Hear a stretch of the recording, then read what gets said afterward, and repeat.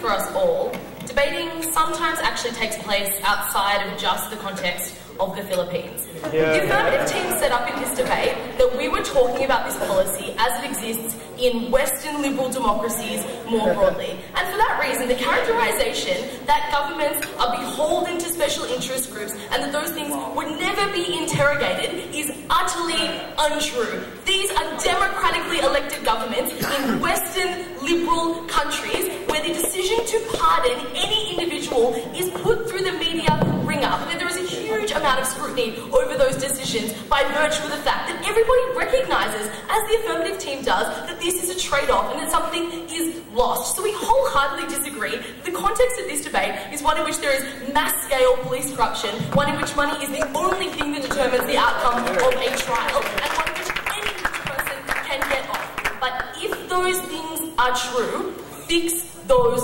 problems. If it is true that the amount of money you earn definitively determines whether or not you will end up in jail at the end of a trial, fix those problems by restricting the amount of money people can put onto lawyers, by making everybody only be able to access public lawyers, by spending more money on defending the defenceless and the poor. Those issues are not in this debate. The effect of money is not the only issue in this debate, and it's something we can resolve whilst allowing executives to take account of what is in the best interests of a country. Because here's an interesting thing about Shamila's speech. She asked us to provide a counter-narrative whilst never wanting to respond to the fact that Habib gave you many examples of where executive pardons had been given in the West that were not simply to help your political parties. Perhaps you want to engage with the counter-narrative we did provide. 3 questions in this speech. First of all, what do we already sacrifice for justice, and more importantly, what ought we sacrifice in this debate to get the most just outcome in the long run? Obviously, I'll talk about victims there. Secondly, who actually gets executive pardons and how often are they given out? And finally, why is it that a government, or more importantly an executive, should have autonomy? Because to be clear, this policy says that a government should never be able to pardon somebody.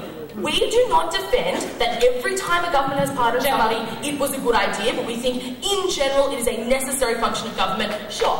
Your first speaker conceded that the rich people will always have an advantage in the justice system. Now you are counter-proposing at second that we should fix those problems magically. No, I'm not. We acknowledge that it is true that money plays a part, right? We also acknowledge that you can minimise the extent to which that's true. We're also willing to accept, even Shamila, that sometimes rich people might get off more lightly, but in general it is better that governments are able to pardon people. We've actually acknowledged that. So let's talk about what we're willing to trade off for justice, right? We gave you a significant number of examples of cases where we already trade off the maximum amount of justice, right? They wanted to try and worm their way out of plea bargains in this debate by saying, we haven't established guilt yet. The premise of plea bargains is that you know you're going to be found guilty, the state knows you're going to be found guilty, and that's the reason you take the plea bargain in the first place, right? But also never wanting to engage with the fact that we toy around this sentencing after guilt has been established all of the time.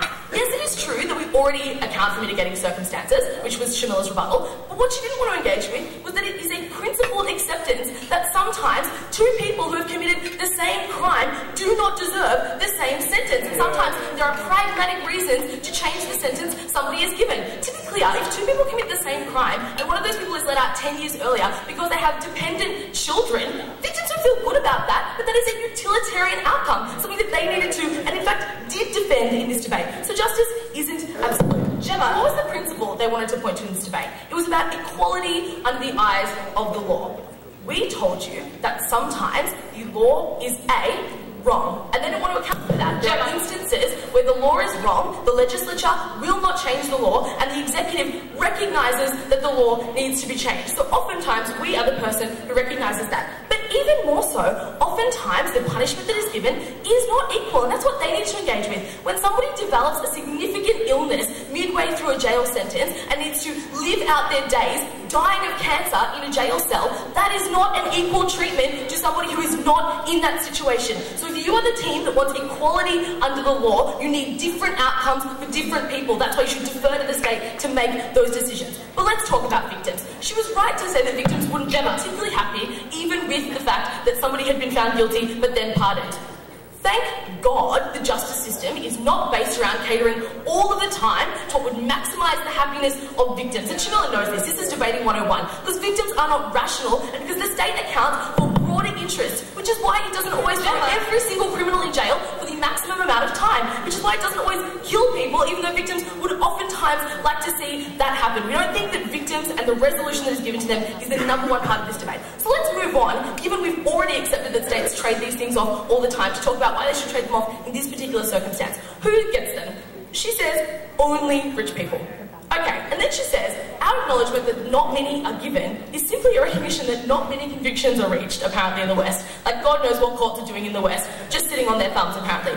Alright, in the Venn diagram of number of convictions, there is a circle inside with number of pardons. There are less pardons than there are convictions, which necessarily points to that being a pretty terrible response to this argument. And the reason for that is because the state cops a bunch of flack when it actually pardons people, because the victims you talked about put pressure on the state not to do it. That's the counterbalancing force in this debate. So when does the state make the risky decision to pardon someone? And it's not just because they have political cronies. It's because they might need to quell significant discontent within a populace that might lead to rioting, that might lead to more deaths, that might lead to an economy falling apart. And if the Thai government wants to make a decision that would get that economy back on its feet and stop people rioting and killing each other in the streets, we are okay with that. We are the team that says that is a reasonable decision for them to make. So the reality is, in this debate, there are a whole bunch of reasons, international, domestic, and others, including that they never wanted to engage with, that sometimes the law is plain wrong. The law lags behind what societal opinion is. Legislatures are unwilling to change the law, and executives need to